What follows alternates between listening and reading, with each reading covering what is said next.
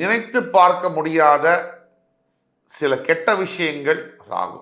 வளர்ச்சியானது தான் நினைத்து பார்க்க முடியாத சுக போகங்கள், லக்ஸரி, மறைந்திருந்து தாக்குவது, எதிரிகளை வெல்வது, ஆன்மீகத்தில் அதிக நாட்டம், தெய்வத்தினுடைய நேரடி அருள் என்பது கிடைக்கும். ஆடம்பர வாழ்க்கையும் தரக்கூடியது ராகு. அதே சமயத்தில் ரொம்ப கேர்ஃபுல்லாகவும் இருக்கணும். செல்ஃப் கண்ட்ரோலோட, தன்னடக்கத்தோடு இருக்க வேண்டும். இதெல்லாம் ஜாக்கிரதையா இருக்கணும் ராகு கிட்ட.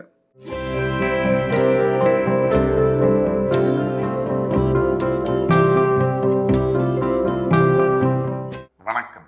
வக்ரதுண்ட மகாகாய சூரிய கோடி சமப்பிரபக அவிக்னம் குருமே தேவ சர்வகாரியேஷு சர்வதா.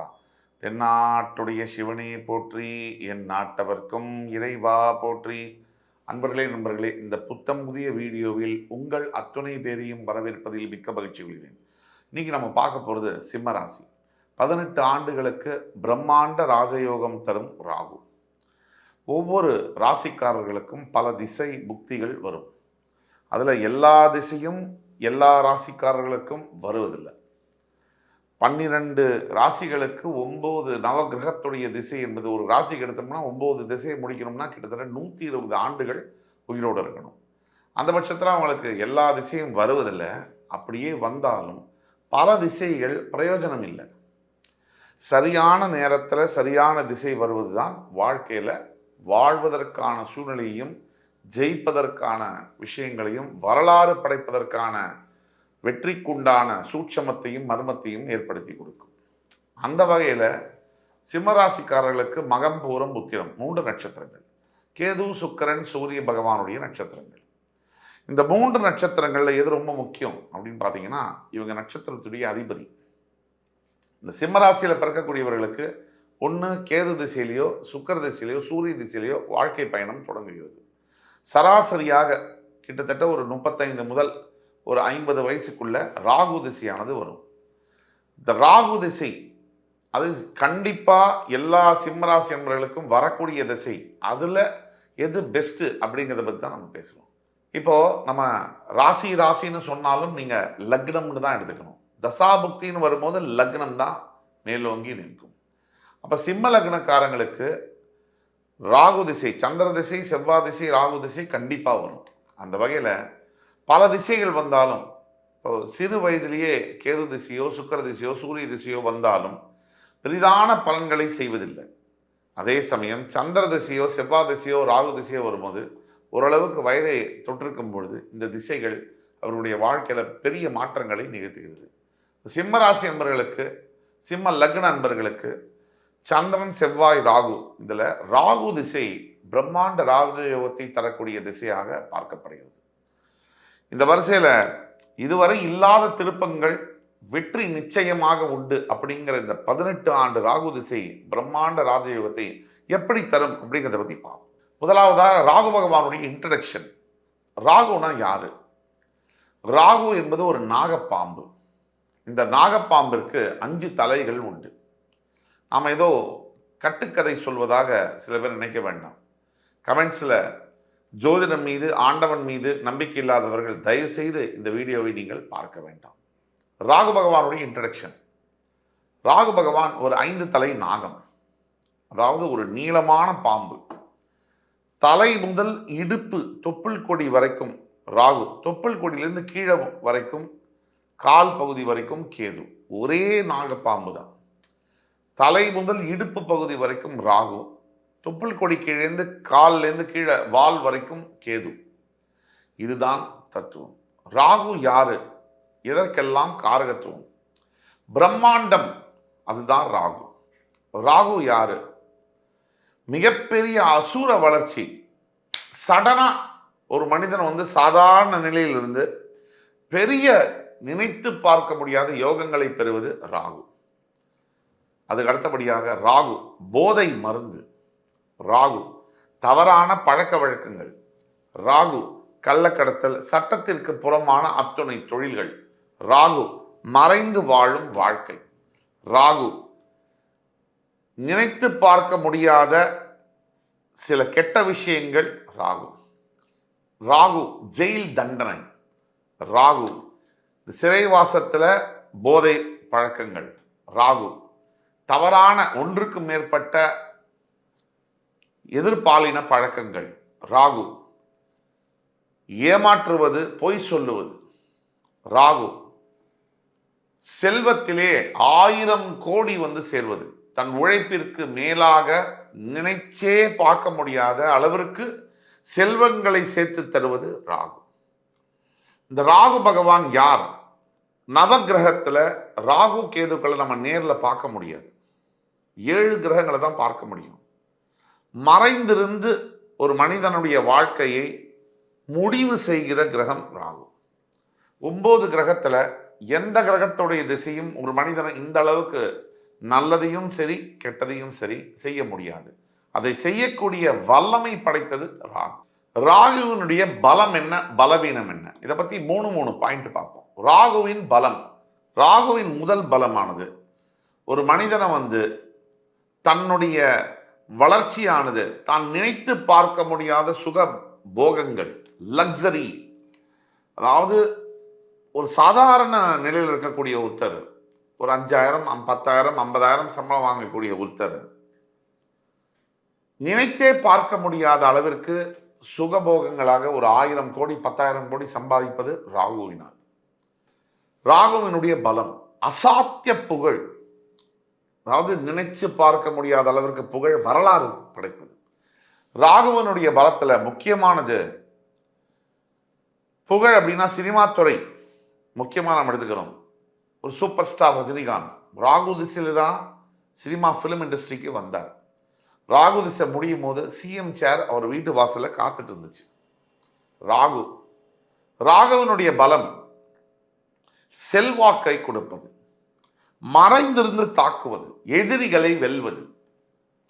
ராகுவினுடைய பலம் ஒரு மனிதனை மிகப்பெரிய பவர்ஃபுல்லான பதவிகளில் அமரச் செய்வது, நிரந்தரமாக அமரச் செய்வது, அசைக்க முடியாத சக்தியாக உருவெடுக்க வைப்பது. ராகுவினுடைய பலம் ஒரு கண்டத்தையே ஆட்சி செய்வது. இதெல்லாம் ராகுவினுடைய பலம். ராகுவினுடைய பலவீனம் ஒரு மனிதன் படிக்கிறதுலேருந்து அவர் சாகிற வரைக்கும் மனசு டைவர்ட் ஆகிறதுக்கு ராகு காரணம். தவறான வழிகளுக்கு, போதை வஸ்துல அடிமையாகி வெளியிலேயே வர முடியாத அளவிற்கு போதை வஸ்துக்குள்ள மிகப்பெரிய போதை பழக்கங்கள் அடிமையாக்குவது ராகு. அதே மாதிரி பெண் போதையில, ஆண் போதையில, எதிர்பாலின போதையில பல தொடர்புகளை திருமணத்திற்கு அப்பாற்பட்டு ஏற்படுத்துவது ராகு. இதெல்லாம் ராகுவனுடைய பலவீனம். பொய் சொல்வது, சட்டத்திற்கு புறம்பான தொழில்களில் நம்மளுடைய ஃபோக்கஸ், நம்மளுடைய ஆர்வத்தை தூண்டுவது, இதெல்லாம் ராகு. ஆக ராகுவுடைய முக்கியமான பலம் எதிர்பார்க்காததை எதிர்பார்க்க வைப்பது. ராகு மிகவும் நுட்பமான ஒரு கிரகம், சூட்சமமான ஒரு கிரகம். 9 கிரகத்துல கணிக்கவே முடியாது அப்படின்னா அது ராகு தான்.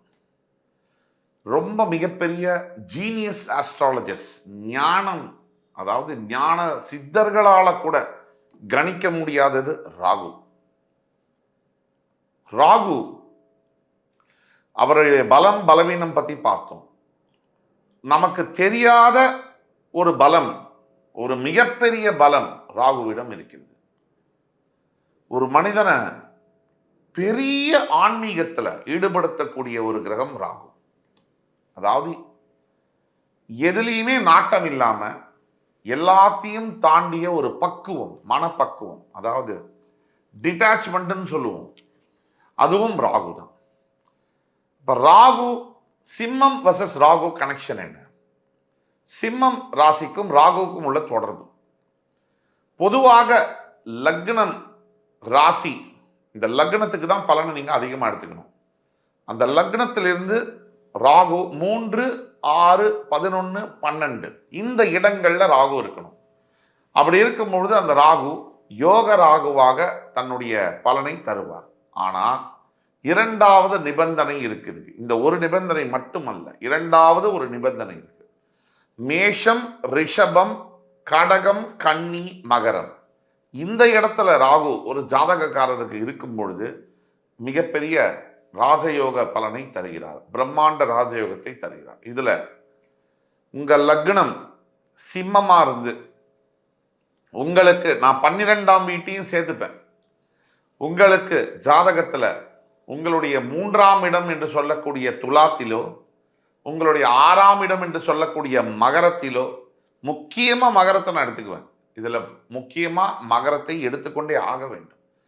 உங்களுடைய 3, 6, 11, 12 வீடுகள். இதுல சிம்மத்துக்கு சிறப்பு எது அப்படின்னா, உங்களுடைய 6ஆம் வீடு மகர ராசியிலோ ராகு இருக்கும் பொழுது பிறவி ஜாதகத்துல, உங்களுடைய 11ஆம் வீடு என்று சொல்லக்கூடிய மிதுனத்தில் ராகு இருக்கும் பொழுது, உங்களுடைய 12ஆம் வீடு என்று சொல்லக்கூடிய கடகத்தில் ராகு இருக்கும் பொழுது, இதுல ரொம்ப சிறப்பு மகரம் மற்றும் கடக ராகு. சிம்ம லக்னம் நீங்க மகரம் மற்றும் கடக ராசியில ராகு உங்களுக்கு ஜனன ஜாதகத்துல இருக்கார் அப்படின்னா, அந்த ராகு திசையானது 18 ஆண்டு காலத்துக்கு பிரம்மாண்ட ராஜயோகத்தை தரும். இதற்கும் நிபந்தனைகள் உண்டு. அவருடைய நட்சத்திர பாதம் கணக்கில் எடுத்துக்கணும். அது எந்த நட்சத்திரம்? ராகு வாங்கியது உத்திராட நட்சத்திரமா, திருவோண நட்சத்திரமா, அல்லது அவிட்ட நட்சத்திரமா? மகர ராசியில ராகு வாங்கியது புனர்பூச நட்சத்திரமா, பூச நட்சத்திரமா, ஆயில்ய நட்சத்திரமா? பெரும்பாலான நிலைகளில் ராகு உத்திராட நட்சத்திர சாரத்தில் அமரும் பொழுது பிரம்மாண்ட ராஜயோகத்தை தருகிறார். பெரும்பாலான நிலைகளில் ராகு அவிட்ட நட்சத்திரம் செவ்வாய் சாரத்தில் உட்காரும் பொழுதும் சுப தொடர்புகள் அமையும் போது, சுப கிரக பார்வைகள் அமையும் போது மிகப்பெரிய யோகங்களை தருகிறார். பெரும்பாலான நிலைகளில் ராகு புனர்பூச நட்சத்திரம் குரு பாதத்தில் அமரும் போதும், பெரும்பாலான நிலைகளில் ராகு பூச நட்சத்திரம் சனி பாதத்தில் அமரும் பொழுதும் மிகப்பெரிய யோகங்களை தருகிறார், சுபகிரக தொடர்புகள் ஏற்படும் பொழுது. இதை நம்ம ரொம்ப டெக்னிக்கலா பேசுறோம். ஆனா சிம்மம் வர்சஸ் ராகுக்கு கனெக்ஷன், சிம்மத்துக்கு 6லையும் 12லையும் ராகு இருந்துட்டா அந்த 18 ஆண்டு கால திசை என்பது ஒரு மனிதனுக்கு தன்னுடைய நிலைக்கு மீறிய யோகங்கள், பல ஜென்மங்களா உருவாகக்கூடிய கர்மாவானது ஒரு ஜென்மால அந்த புண்ணிய கர்மாவை அனுபவிக்கக்கூடிய யோகம் என்பது வரும். அந்த பல ஜென்மங்களா அனுபவிக்கக்கூடிய கர்மாவானது பிறவிகள் தாண்டி தாண்டி ஒரு பிறவி, ஒரு எடுத்துக்காட்டுக்கு ஒரு சிம்ம லக்னக்காரர், அவருக்கு 6ல் மகர ராகுவோ இல்லை 12ல் கடக ராகுவோ இருக்கார், அந்த திசை வருது அப்படின்னா அவருக்கு அந்த யோகங்கள் பெரிய யோகங்களை தரும். அதாவது ஒரு ஒரு சாதாரண ஒரு நடுத்தர வர்க்கத்தை சேர்ந்தவராக இருக்கலாம், சாதாரண ஒரு வேலை பார்க்கக்கூடியவராக இருக்கலாம். அவருக்கு என்ன நடக்கும் வாழ்க்கையில் அப்படின்னா, இப்போ காலையில் ஒரு ஆஃபீஸ் போகிறார், வழக்கம் போல் வேலை செய்கிறார், ஒரு 40,000 சம்பளம். ஆஃபீஸ் முடிஞ்சு வீட்டுக்கு வர்றாரு, சாதாரணமாக ஆஃபீஸ் போகிறார், ஒரு 40,000 சம்பளம்னு வச்சுக்கோங்க. ஆஃபீஸ் வேலை முடிஞ்சு வீட்டுக்கு வர்றாரு, அந்த வீட்டுக்கு வரத்துக்குள்ள ஒரு 7:30 மணி 8 மணிக்கு வராருன்னு வச்சுக்கோங்க. அதுக்குள்ளவே அவருக்கு ஒரு ஃபோன் கால் வரலாம். அந்த ஃபோன் காலில், சார் உங்களை இந்த இடத்துல நான் பார்த்தேன், எங்கள் சினிமா டைரக்டர் இருக்கார், அவர் உங்களை வந்து ஃபிலிமுக்கு சான்ஸுக்கு கூப்பிடுறாரு, நீங்கள் நாளைக்கு ஆஃபீஸ் வர முடியுமா அப்படின்னு கூப்பிட போகிறார். போய், சார் ஒரு சினிமா டைரக்டர், எங்கள் டைரக்டர் ஒரு புகழ்பெற்ற டைரக்டர் உங்களை வந்து வெளியில் பார்த்துருக்காரு, உங்களை வந்து ஃபிலிமில் ஒரு சரியான ரோல் இருக்குது, உங்களுக்காக வந்து அதை ஃபிக்ஸ் பண்ணலான்னு பார்க்குறாரு, நீங்கள் ஆஃபீஸ் வந்து பார்க்க முடியுமா அப்படின்னா, மறுநாள் காலையில் ஒரு ஆஃபீஸ் வாங்க போகிறார், டைரக்டரை பார்க்க போகிறார். அந்த ஆஃபீஸில் போய் டைரக்டரை பார்த்தோன்னே அவர் சான்ஸும் கொடுக்குறாரு, இவர் நடிக்கிறார். அந்த படம் மொத்தத்தில் மிகப்பெரிய வெற்றி அடையுது. இவருடைய ரோல் ஆனது மிகப்பெரிய ஒரு பேசப்படுகிற ஒரு ரோலாக பார்க்கப்படுகிறது. அப்படி வந்து வாழ்க்கையை வந்து புரட்டி போடுது, சம்பந்தமே இல்லையே. நான் ஒரு நடுத்தர வர்க்கத்தை சேர்ந்தவன், ஒரு 40,000 சம்பளத்துக்கு வேலை பார்க்குறேன். எனக்கும் திரைப்பட உலகத்திற்கோ நான் நடிக்கணும்னு ஆசைப்பட்டோ முயற்சியோ எந்த பயிற்சியோ எதுவுமே எடுக்கல. ஆனால் ஒரே படத்தில் ஓவர் நைட்டில் உலகம் முழுக்க ஃபேமஸ், அது நடிப்புலேயே ஒரு துறையாக மாறி கோடிக்கணக்கில் சம்பாதிச்சு பேர் புகழ் வாகனம் ஒரு வசதியான வாழ்க்கையை வாழ்வது, இதுதான் ராகு. இதுதான் ராகு வர்சஸ் சிம்மம். அதே ராகு சிம்மராசிக்கு ராஜயோகத்தை தருவார். காரணம், சிம்மராசியுடைய அதிபதி சூரியனுக்கும் ராகுவுக்கும் ஒரு மறைமுக தொடர்பு உண்டு. எப்படின்னு கேட்டிங்கன்னா, சூரியனுடைய நட்சத்திரம் மகரத்தில் உத்திராடம் அதில் வருது. அதே மாதிரி சிம்மத்துக்கும் ராகுக்கும் இன்னொரு தொடர்பு உண்டு. சிம்மத்துடைய 5ஆம் அதிபதி குருவுடைய நட்சத்திரம் புனர்பூசம் கடகராசியில் வருது. இந்த கடகராசி புனர்பூசம் 4ஆம் பாதத்தில் பிறந்தவர்கள் பெரிய யோகிகளாக ஞானிகளாக இருப்பதை நாம் பார்க்கிறோம். அந்த வகையில் சிம்மம் வர்சஸ் ராகுக்கு ஏகப்பட்ட தொடர்புகள் என்பது உண்டு. ஒரு எடுத்துக்காட்டுக்கு, ராகு திசையில ஒரு சாதாரண மனிதர் இந்த உலகத்தையே ஆட்டி படைக்கக்கூடிய இன்ஸ்பிரேஷனல் ஒரு செலிபிரிட்டியாக, மாமனிதராக, ஆன்மீகத்தில் மிகப்பெரிய சித்தராக அளவுக்கு ஈடுபாடுடைய மனிதராக மாறியது யார் அப்படின்றது ஒரு எடுத்துக்காட்டு, லைவ் எக்ஸாம்பிள் நம்மகிட்ட இருக்கு. நம்ம எல்லாம் இன்ஸ்பயர் செய்த, மோட்டிவேட் செய்த, உற்சாகப்படுத்திய, நம்ம வாழ்க்கையில் எப்போ நொந்து போயிருக்குமோ நம்ம பார்க்கக்கூடியது எது அப்படின்னா சூப்பர் ஸ்டார் ரஜினிகாந்துடைய பாடல்கள். அந்த 80s வந்த 90s வந்த சாங்ஸ், இதையெல்லாம் கேட்கும் போதே என்னுடைய தனிப்பட்ட வாழ்க்கையிலே நான் பயங்கரமாக இன்ஸ்பயர் ஆயிருக்கேன். அவருடைய மிகப்பெரிய ரசிகன். இந்த மோட்டிவேஷனல் ஃபேக்டர் அப்படிங்கிறது பல நொந்து போயிருக்கக்கூடிய சில சந்தர்ப்பங்களில் அந்த மாதிரி ஒரு சாதாரண மனிதர், ஒரு பஸ் கண்டக்டராக வேலை செய்தவர், மிகப்பெரிய ஒரு விஸ்வரூபம் எடுத்தார். இன்னைக்கும் 73 74 வயசுல இந்த உலகத்திலேயே 500 கோடி வியாபாரம் செய்யக்கூடிய ஒரே நடிகர். அந்த பெருமை இன்னும் டாப் நம்பர் 1 பொசிஷன்ல இருக்கக்கூடியவர். 45 ஆண்டுகளாக தமிழ் திரையுலக கட்டி ஆள்பவர் அப்படின்னா மிக இல்லை. அப்படிப்பட்டவர் உதாரண ஜாதகமாக எடுத்துக்கலாம். இப்போ இவருடைய ஜாதகத்தை நம்ம பார்த்தோம்னு சொன்னா, இவருக்கு சிம்ம லக்னம், மகர ராசி, திருவோண நட்சத்திரம் 2ஆம் பாதம், பிறந்தது சந்திர திசையில. இவர் சரியா தன்னுடைய வாழ்க்கையில 8 வருஷம் சந்திர திசையை அனுபவிக்கிறாரு. அந்த 8 வயசுக்குள்ளேயே தன்னுடைய தாயாரையும் இழக்கிறார். காரணம், லக்னத்தில் 6ஆம் பாவத்துல சந்திரன் மாதா காரகன் மறைவது, ருணரோகஸ்தானத்துல. அதனால இவர் பிறந்த உடனே இவருடைய தாயார் இழக்கக்கூடிய பாவத்தையும் இவர் பெறுகிறார். அதற்கு பிறகு செவ்வாய் திசையில் நுழைகிறார். செவ்வாய் திசையானது இவருக்கு மிக கடினமான ஒரு திசை. எப்படின்னு கேட்டிங்கன்னா, சிம்ம லக்னத்துக்கு 6ல் செவ்வாய் இவருக்கு உச்சம். கோபமும் அதே மாதிரி பட்டு பட்டுன்னு வரும், குணமும் அதே மாதிரி இருக்கும். அப்போ செவ்வாய் உச்சம் 6ல் அப்படிங்கிறதுனால 4க்கும் 9ஆம் இடத்திற்கும் அதிபதி 6ஆம் பாவத்தில் உச்சம் பெற்று திசையை நடத்தும் போது படாத கஷ்டங்கள். எப்படின்னு கேட்டீங்கன்னா, செவ்வாய் இவருக்கு வாங்கினது உத்திராட நட்சத்திர சாரம், அதாவது சூரியனுடைய சாரம். அந்த சாரத்தை கொடுத்த சூரியன் பார்த்தீங்கன்னா லக்னத்துக்கு 4ஆம் பாவத்தில் செவ்வாய் வீட்லேயே உட்கார்ந்துருக்கார். இப்போ ஓரளவுக்கு நல்ல நிலையில் இருந்தாலும் திசை நடத்தக்கூடிய செவ்வாய் 6ல் மறைஞ்சு உச்சமாயிட்டார். அதனால உச்சம் பெற்ற செவ்வாய்க்கு மறைவில்லை அப்படிங்கிற தத்துவத்தை எடுத்துக்கிட்டாலும் கூட, அவர் வாங்கின சூரியன் 4ஆம் பாவத்தில் உட்கார்ந்து இருந்தாலும் கூட அந்த இள வயதுல இவர் பட்ட கஷ்டங்கள், அவமானங்கள், அது அவரே அவர் வாயால பல தடவை சொல்லியிருக்கார். இப்பதான் நம்ம பாயிண்ட்டுக்கு வரும். செவ்வாய் திசை முடிஞ்சு ராகு திசை ஆரம்பமாகுது. கிட்டத்தட்ட 1965ஆம் ஆண்டுல. இந்த 1965லேருந்து நீங்க பார்த்தீங்கன்னு சொன்னா ரொம்ப கஷ்டப்படுற ராகு திசை, ராகு புத்தி, இதெல்லாம் பயங்கரமா கஷ்டப்படுறாரு. ராகு திசை, ராகு புத்தி, ராகு திசை சனி புத்தி வரைக்குமே படாத துயரங்களை படுகிறார். அதாவது ஜனவரி 2 1973, 2nd of January 1973 வரைக்கும் சொல்ல முடியாத தாங்கோனா துயரங்களை ஃபேஸ் பண்றாரு. சரி, புதன் புத்தியிலேயாவது ஓரளவுக்கு ஏதாவது டெவலப்மெண்ட் ஆகுமா அப்படின்னு பார்த்தீங்கன்னா, புதன் புத்தியிலையும் அந்த பிரச்சனைகள் தொடருது. ஜூலை 1975ஆம் ஆண்டுக்கு பிறகு அவருக்கு கேது புத்தி ஆரம்பிக்கும் பொழுது, அதாவது இவருடைய ஜாதகத்தில் ஒரு ஸ்பெஷாலிட்டி என்னன்னு பார்த்தீங்கன்னா, 2ஆம் பாவத்தில் சனியும் கேதுவும் தனஸ்தானத்தில் சேர்ந்திருக்காங்க. நம்ம பல தடவை சொல்லியிருக்கோம், சனி பகவான் 12 ராசிகளில் கன்னி ராசியில் இருக்கும்போது மட்டும் மிகப்பெரிய ராஜ பலன்களை, யோக பலன்களை செய்ய, முழுமையான சுப கிரகமாக மாறி அருமையான பலன்களை செய்ய கடமைப்பட்டவராக இருக்கிறார். நல்ல பலன்களை தருகிறார். அவர் கூட கேது சேரும் போது, எப்பவுமே சனி கேது சேரும் போது ஆன்மீகத்தில் அதிக நாட்டம், தெய்வத்தினுடைய நேரடி அருள் என்பது கிடைக்கும். இது ஒரு பக்கம். இப்போ கேது திசை, அதாவது இப்போ ராகு திசையில கேது புத்தி ஆரம்பிக்கும் போது அந்த ராஜயோகம் அவருக்கு ஆரம்பிக்குது. தனஸ்தானத்துல கேது வரும்போது அந்த யோகம் அப்ப ஆரம்பிச்சது 1975. கிட்டத்தட்ட 1983 ஜனவரி வரைக்கும் அவருக்கு ராகு திசை நடக்குது.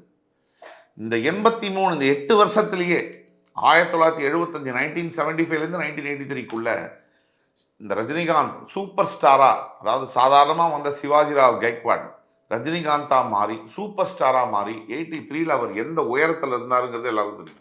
அதை தொடர்ந்து குரு தசை 16 வருஷம், 1999 போதெல்லாம் சிஎம் சேர் அவர் வீட்டுக்கு காத்துட்டு இருந்தது வெளியில. அவர் பதவிகள், உயர் பதவிகள், பத்மபூஷன் விருதுகள்லாம் பெற்றவர். பெரிய தேசிய தலைவர்களாக கூப்பிட்டு அவர் கூட பேசிட்டு இருந்தாங்க.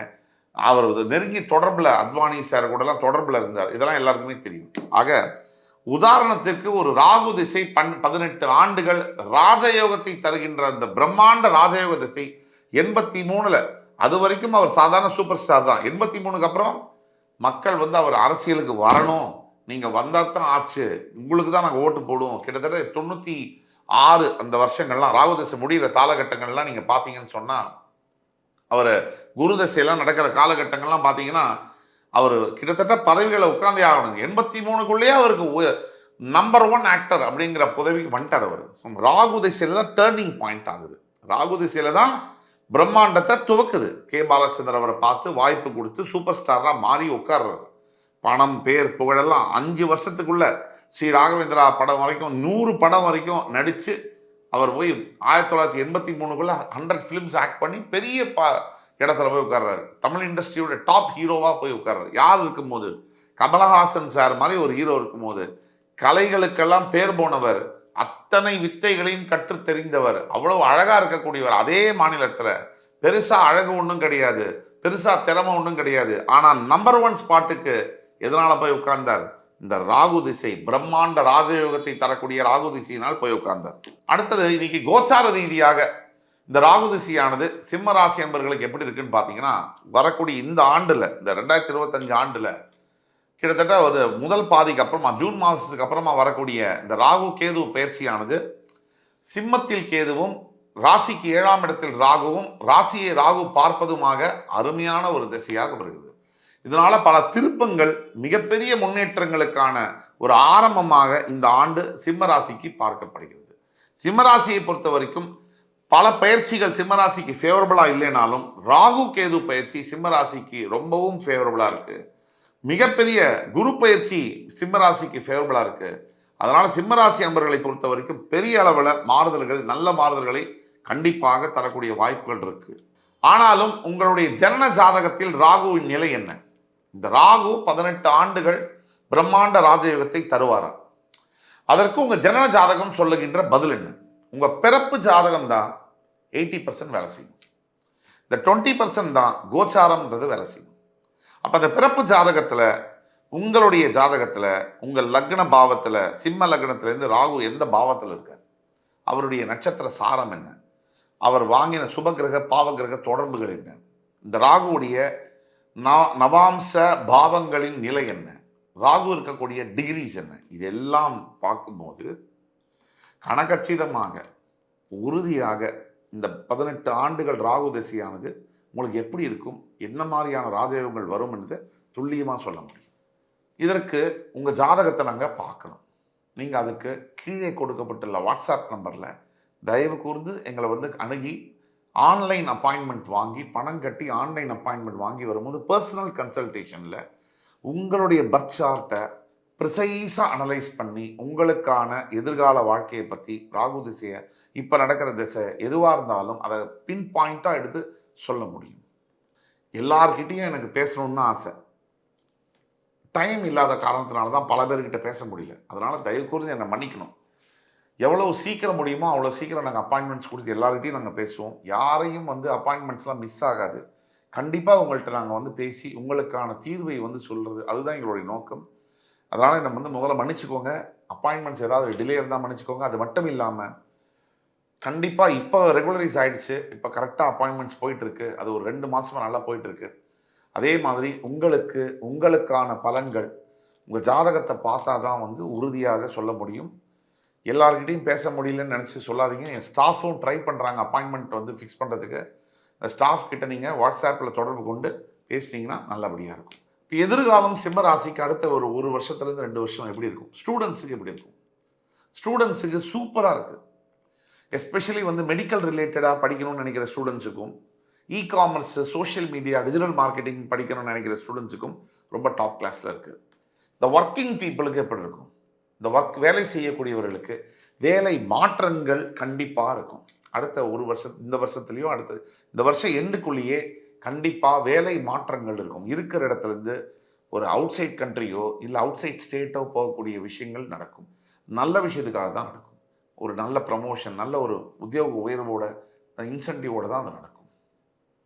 அதே மாதிரி மேரிட் பீப்புளுக்கு சின்ன சின்ன பிரச்சனைகள் கணவன் மனைவி கிட்ட வந்தாலும் கூட பயப்படும்படியான எந்த பிரச்சனையும் தேவையில்லை.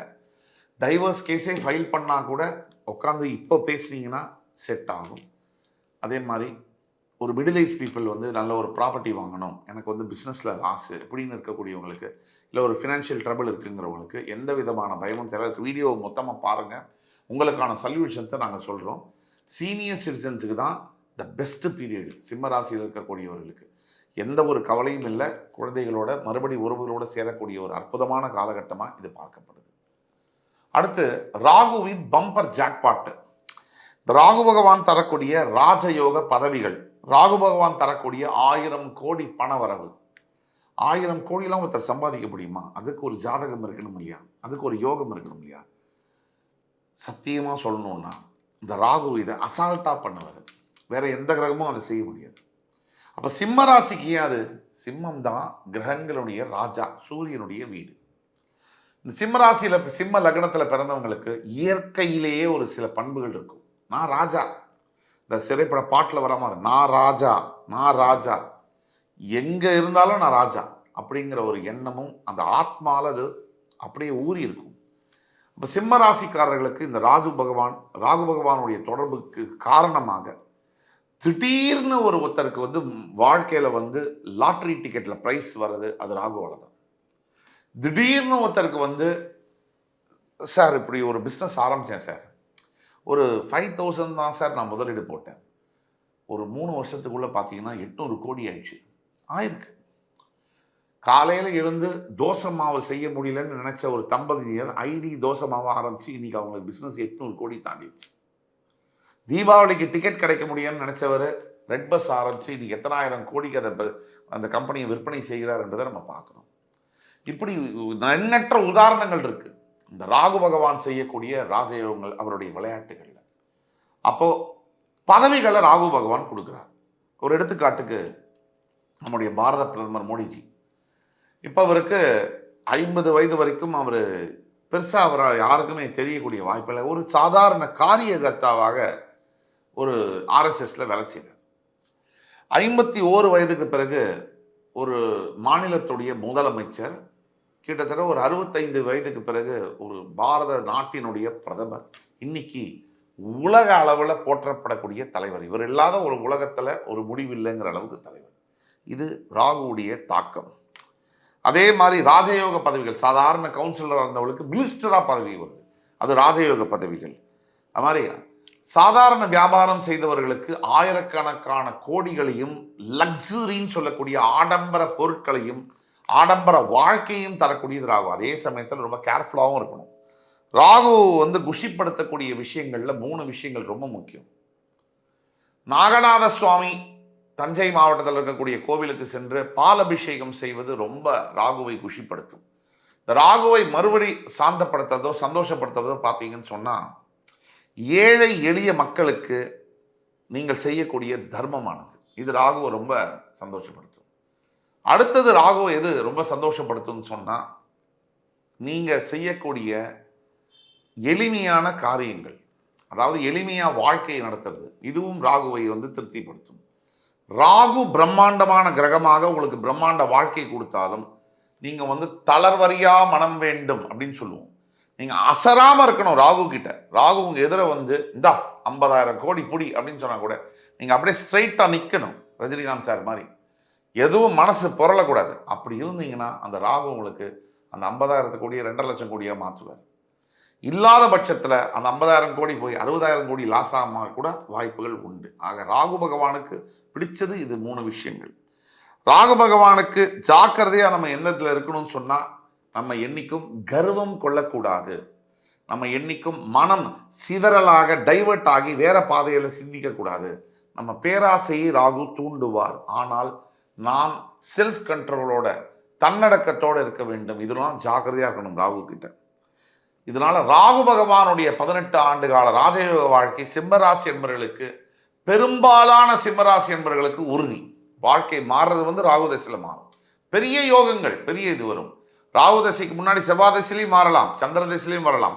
அது உங்களுடைய ஜனன ஜாதகத்தை பார்த்தா தான் தெரியும். ஆனால் ராகு திசையில் பெரிய மாற்றங்கள், ராகு புத்தியில் கூட அந்த மாற்றங்கள் வரக்கூடிய வாய்ப்புகள் உண்டு என்று கூறி, என் உயிரினும் மேலான சிம்மராசி அன்பர்களுக்கு உங்களுடைய மேலான லைக் பண்ணி கமெண்ட் பண்ணி சப்ஸ்கிரைப் பண்ணுங்கள். அதே மாதிரி கீழே உள்ள வாட்ஸ்அப் நம்பர்கள் தொடர்பு கொண்டு உங்களுடைய பர்சனல் கன்சல்டேஷன் அனாலிசிஸ் நீங்கள் பெற்றுக்கொள்ளலாம் என்று கூறி உங்களிடமிருந்து விடைபெறுவது உங்கள் சுபாஷ் பாலகிருஷ்ணன்.